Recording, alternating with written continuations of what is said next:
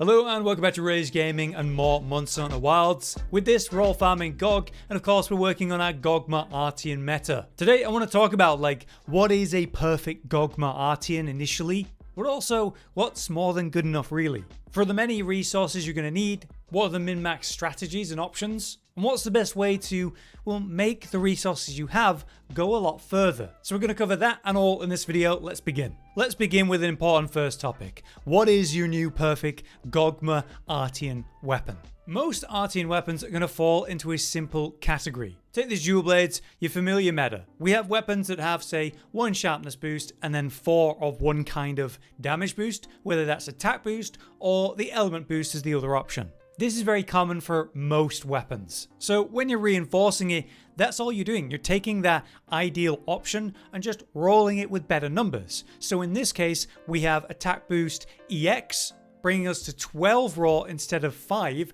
per line, and then attack boost 3, bringing us to 9 rather than 5, and the sharpness boost goes from plus 30 to 50. So you're taking what was already meta and just making it better.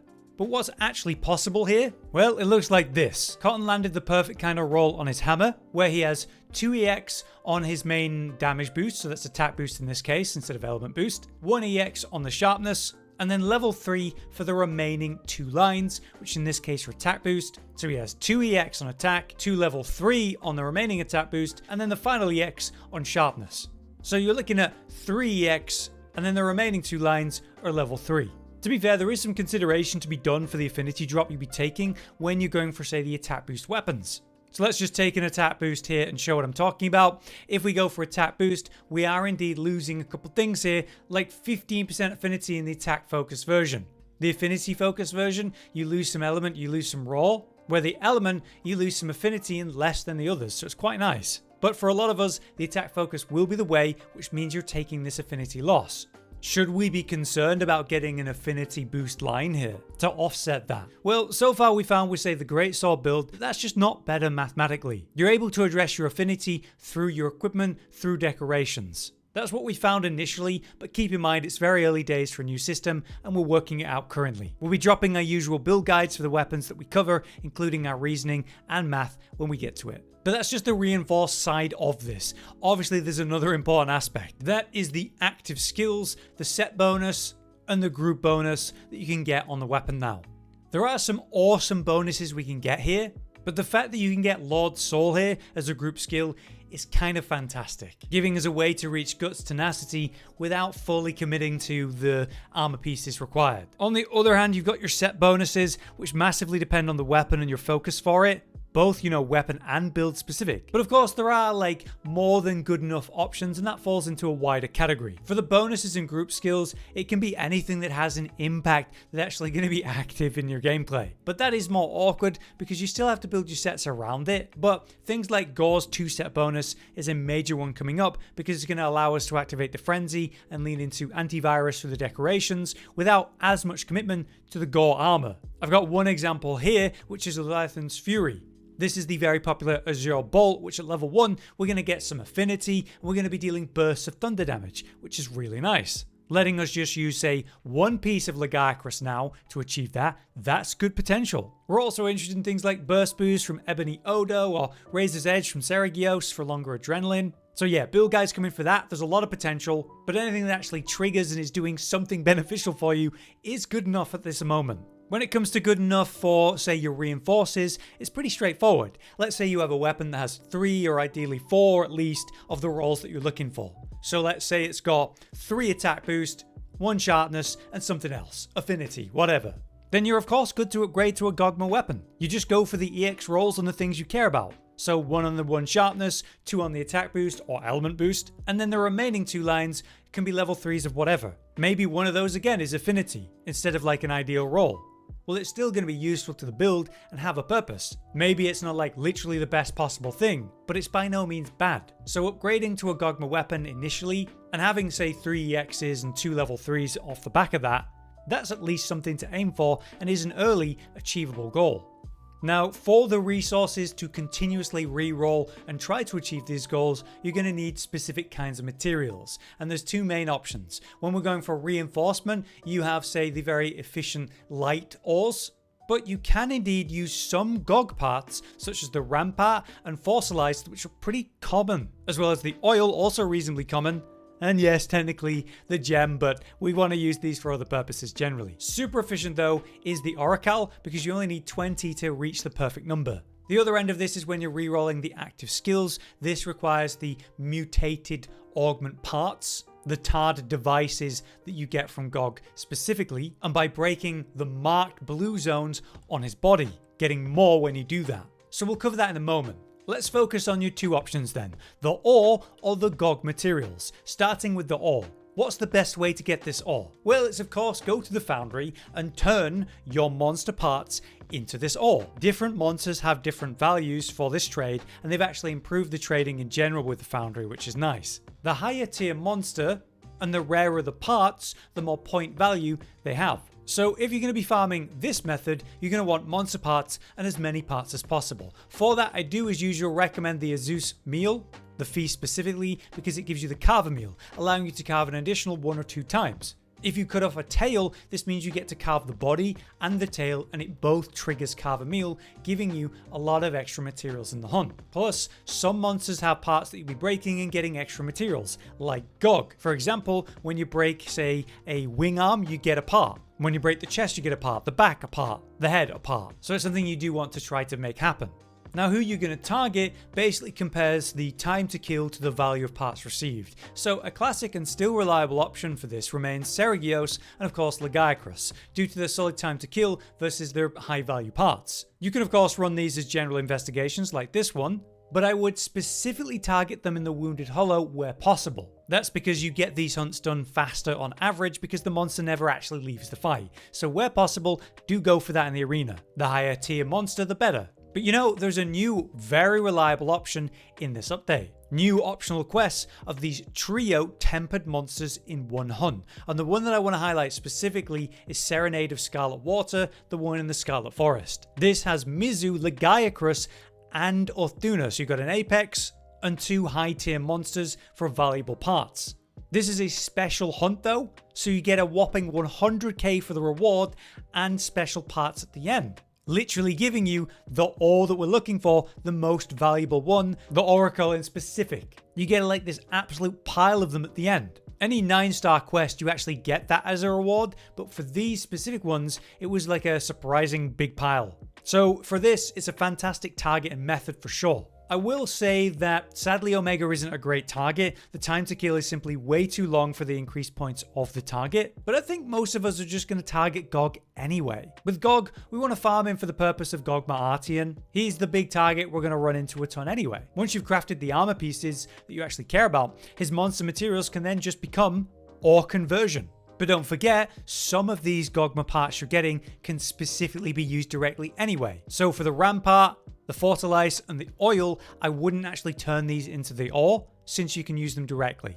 So by hunting GOG, you're getting materials that are high value that you can turn into ore. You're getting materials from the rampart, fortalice, and oil that can just be used directly in the reinforcing anyway. You'll be getting the dahaad devices for, say, rerolling your active skills, which you'll definitely need and will be the longer term grind for sure. And even better, you can use those dahaad devices to make ore on top, if you for some reason have a load of them. So overall, GOG is just the ideal target, because it's really efficient because you're hitting so many different things at once. For the whole GOG fight, you'll be hitting the head, wing arms, and of course cutting off the tail in phase 3. It'll just be a question of, are you taking the time to clean up the markings as well? And since we do want those mutant augments for all these purposes, you will be doing that.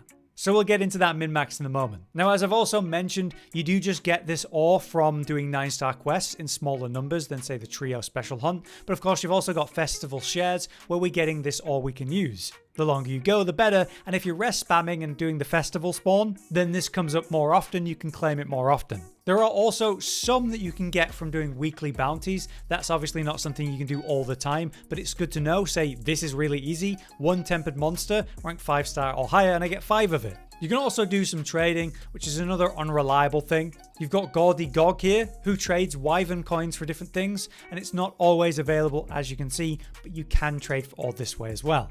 But basically, these are top-ups. The main juice comes from farming high-value monsters, turning their parts into ore from the foundry. and the most efficient one is Gog. So let's talk about that. For the Gog fight, you kill him and you get parts. You carve him, you get parts. You break parts during the hunt, you get more materials and more parts. And he has the special marked locations for even more mutated augments. So we want to maximize this as much as possible by breaking all his parts that are reasonable, breaking all the blue markings that are reasonable, and getting extra materials from the hunt, like extra calves from the Azos Feast meal as we showed. On that note then, you might want to consider some sort of farming Gog setup. I've got like a scuffed one right now, but just as an example, I've dropped some effective raw so that I can run at least 2 part breaker. Part breaker is going to increase the part damage and damage dealt when conditions are met by 10, 20%, 30%. But in no plain terms, it makes it easier to break large monster parts, and you want to do that for Gog specifically. The breakable parts that you want to be thinking about are, say, the head for the fortalize. You get shredders from the wing arms, you get the lacerator from both the chest and the back, which is a bit harder, and obviously the tail from the tail itself. The mutated armaments, these will commonly come from the special blue marking locations that when you break, they drop. So yes, by running part breaker, you make it easier to cause this, and since that's what we're really focused on right now, I do recommend dropping some effective raw where possible to run part breaker. My tip for this then is, well, normal. You're aiming for the wing arms as normal to get the knockdowns. You'll be on the head whenever you can, so I think you'll be breaking these normally. In phase 3, you are intentional about attacking the tail. It is actually one of the few safe, reliable places to attack during phase 3, which is a bit of a mess anyway. But when you get that cut, you get to carve more materials. By this point, you'll have broken a few of the markings anyway because there's some on the wing arms, there's some on the head, the neck, and the tail. So after that, you just take the time to clean up the remaining markings with some intention, especially the harder to reach ones. Do this by using your weapon or the anti-wyvern guns we're picking up and firing into him when it is in the air. You can use these to target the harder to reach places, especially when I'm like, say, dual blades and short range. And you just finish the fight when you're done and ready. In regards to support hunters, there is one that I want to call out, one of the new ones actually, Griffin. Each one of them has a special yellow line like provides defense, guard against attacks while healing you and the allies often. Well, Griffin, a new one, his line is harnessing reach and high attack power. This hunter excels at breaking parts. So if you're doing Gog, I recommend you bring him. It'll just make it easier to actually get those part breaks done. Alternatively, you could choose not to run 3 support hunters, but just 1, and that way you get to bring the Palico. In that case, you just make sure that your Palico has the plunder rank benefit, so he's stealing extra materials throughout the hunt. But that means only 1 support hunter, which I'm not a massive fan of in the context of Gog. Mina does so much, and you get a lot of healing and support from Night Mist. I like Mina, Griffin, and Night Mist. Okay, lastly, I just want to talk about the table of Gogma Artian and methods to make your materials kind of work a bit more. What is a table for Gogma crafting though? Well, let's say you have a weapon here. As soon as you have the weapon, you have this now list of RNG rolls. As you make it a Gogma weapon, you're given the table of rolls. That table is, say, your active skills, your reinforcement bonuses. Imagine a long list of 100 possibilities. Possibility 1 is Fulgur Anjanath's Will and Neopton's Alert. Let's say the next one is a couple of other active skills, and the third one on the list, another couple. What you're aiming for might be, say, Lord Soul with the Gore Frenzy 2-piece set bonus. For a lot of us, that's an obvious choice. Let's say you create a weapon, you get given your table, and you'll need to roll 56 times before you get Lord Soul and the Gore set bonus together. That's quite a lot. But let's say you take another Artian weapon and upgrade it to Gog. You get given your new table, and on that table, it'll take 26 rolls before you hit that perfect combo. So you have to use a lot less materials to reach the thing you want on that second example. I would say they've done this as an idea to stop people rolling, say, once, then reloading the game and then rolling again. So they're never actually using materials, they just keep reloading back to when they spent them and rolling the RNG once until they get the result they want. So instead we have this like list you progress through, which still allows save scumming, but it's a bit more effort. So what is save scumming for this purpose? Is it really worth it? To do it, you have 2 Artian weapons. You just make sure that one of them is the one you care about and the other is the Dud that you'll be rolling on. The Dud needs to be the same element or status setup as the one you care about. So let's say I have fire dual blades. I make sure my Dud is also fire dual blades. The same base, but it doesn't need to be like a perfect Artian roll, just like the one that I care about. What we're going to do is roll the odds on the Dud until we see the result we want, whether that's the reinforced list or the skill bonuses. And every time that we roll on the dud, we count how many rolls we're on until we get the result we want. And while we're doing this, we don't save.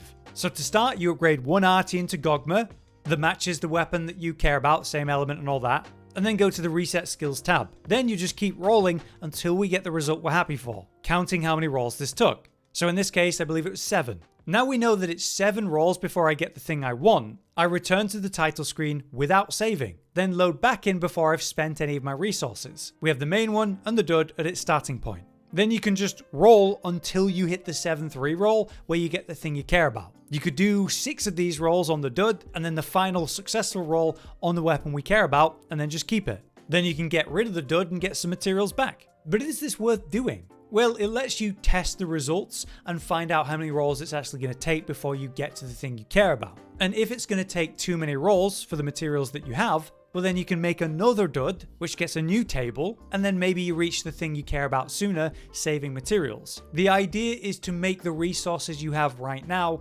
go a bit further, last a bit longer, achieve what you want in less Gogma materials. So I do think it's a lot of effort to make when you're going to be fighting Gog a lot and get the materials either way for many, many rolls. But because we have so much Gogma upgrading to do, like I main 4 different weapons and I've got different versions for each of them, it's going to be a lot of Gogma upgrading to do. Making your materials stretch now will pay off. So it's a thing in the game, it's an option to go for if you're willing to make the effort, but obviously we wanted to talk about it. But yeah, for now, that covers everything I want to talk about in regards to farming Gogma materials, Gogma Artian, and trying to make it all happen. I hope this gives you a solid starting point and understanding of the system. And in the coming days, very shortly, look out for our build guides on all the different weapons we cover, where we'll have more specifics and advice for each weapon and build. Until then, I've been Hollow, you've been you, and thanks for watching. Josh, Cotton, and Hollow with the videos, dropping the humor like a hammer on your tippy toes, bringing entertainment on a daily arrangement to take our insanity and turn it into entertainment. Yes, I said entertainment twice, to reiterate that it is nice to look into your faces on a mostly daily basis when you let us in your homes to make the whole world a stage. Goodbye.